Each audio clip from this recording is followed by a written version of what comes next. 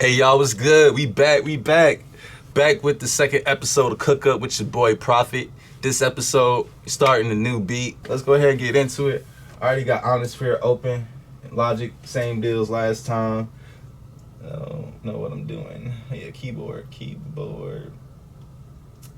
and then piano.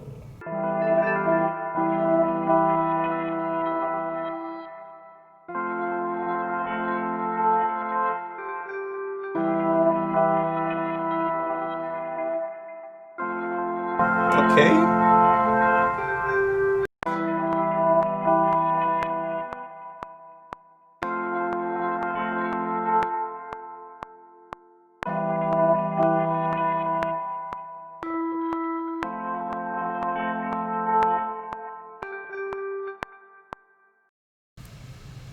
Alright, so that's what I'm gonna leave it as for now.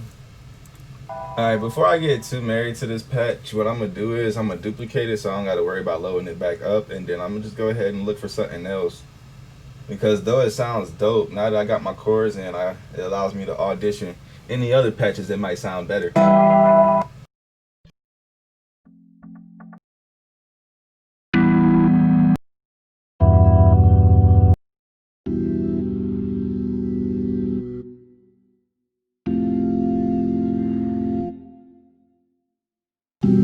Now I really like this.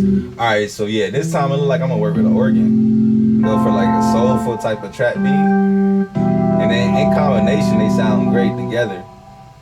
So now I'm gonna go a little bit more in depth this time. I don't want this beat to be as simplistic as the last time. So what we're gonna do is we're gonna go ahead and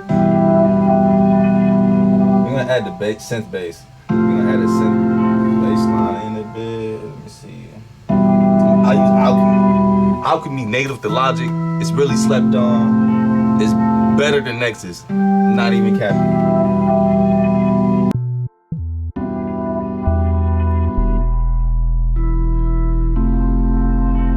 Yeah, I'm not gonna hear it that well, so I compress it. But yeah, that definitely sets the vibe for sure.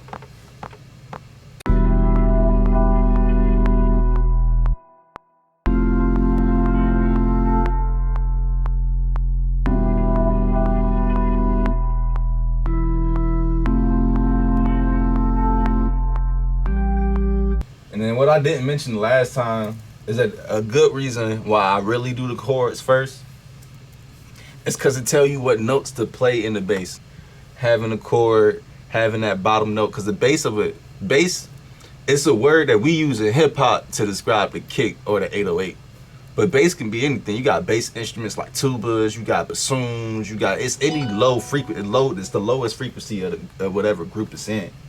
So right now, if I open up my piano, you can see that I'm playing these chords here, and the bottom note of the chord would be looked at as basically the bass line for it. Oh, I got a bump note right there. Let me get that out.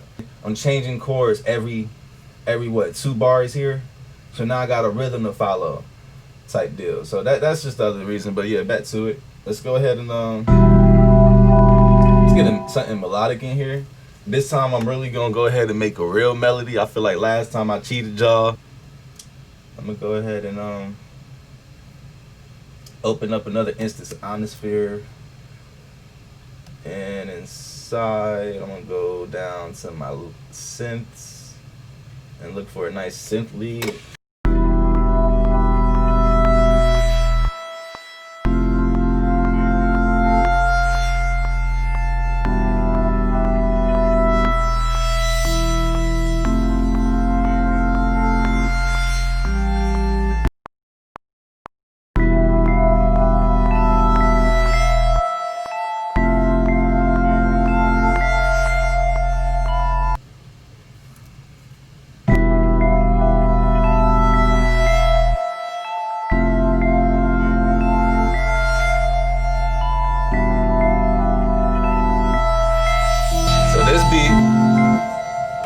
I got a nice little simple little melodic movement, just 3 notes or whatever, 4 notes. But now I'm gonna add a counter melody. So basically the counter melody, I think really makes the melody sound a lot more complicated than what it is. Whenever the melody gets less active, I'm gonna have that counter melody get more active just to add more contrast. Music is all in the contrast, all about contrast.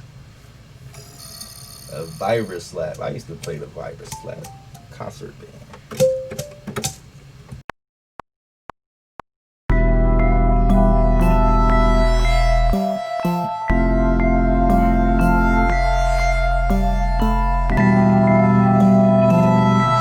So you see what I mean? It's bum bum bum bum ba bum bum ba bum bum ba bum bum. See, now it has that. It's full. It's more. Sounds a little bit more complex.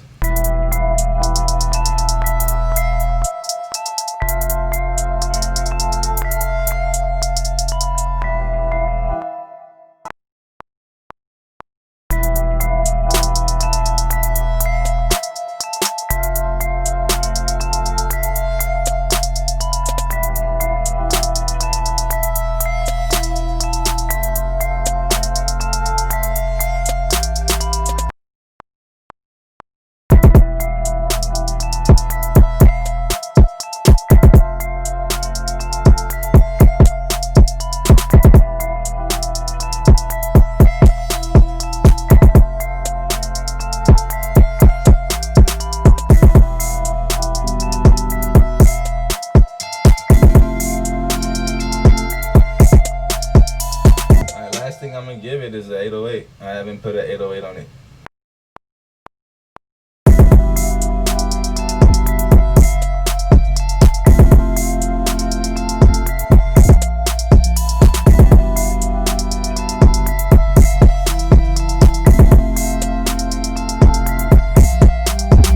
I realized that if I want to keep my videos under 10 minutes, you know what I'm saying, I'm not gonna really be able to go into mixing too much. So I'm only gonna really point out the standouts, because everything with mixing is, it's all about preference and ear, style, and all of that. It ain't no one size fits all type of thing with it. Only thing I'm gonna really show y'all is how I get my bass to cut through the mix. So yeah, let's go ahead and compress it. Do a little bit of light compression on it. Maybe like this, I mean not light actually, I'm gonna go kind of heavy, like with like a 5, maybe 6:1 ratio. We want the threshold just to hit the highest notes. You just want to level it out so it's not too much of a gap, but I still want to keep a little bit of dynamics. And then I'll bring in the kick too, just to make sure that for the attack and release of the compressor.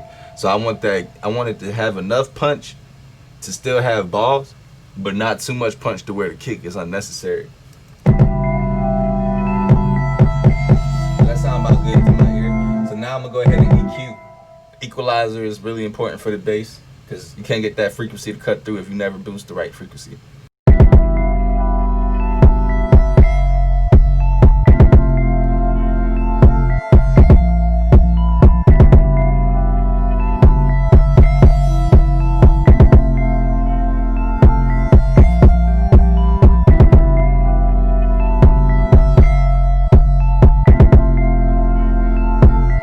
So I'm gonna also come back. I always revisit the EQ of the bass, or the 808, after I EQ and mix the kick, so that way the frequency that I'm giving to the bass, I make sure I'm not giving that same frequency to the kick. And then last but not least is the distortion. I add distortion on it. It gives it the real attitude. That's what we call it in audio. The attitude is like attack. It's more punchy. It's more aggressive. It's more in your face. I'm not actually gonna lay it out. Sorry, I know I said I was gonna lay it out. No, I'm not. So yeah, let's call it done. I'm gonna go ahead and name this guy.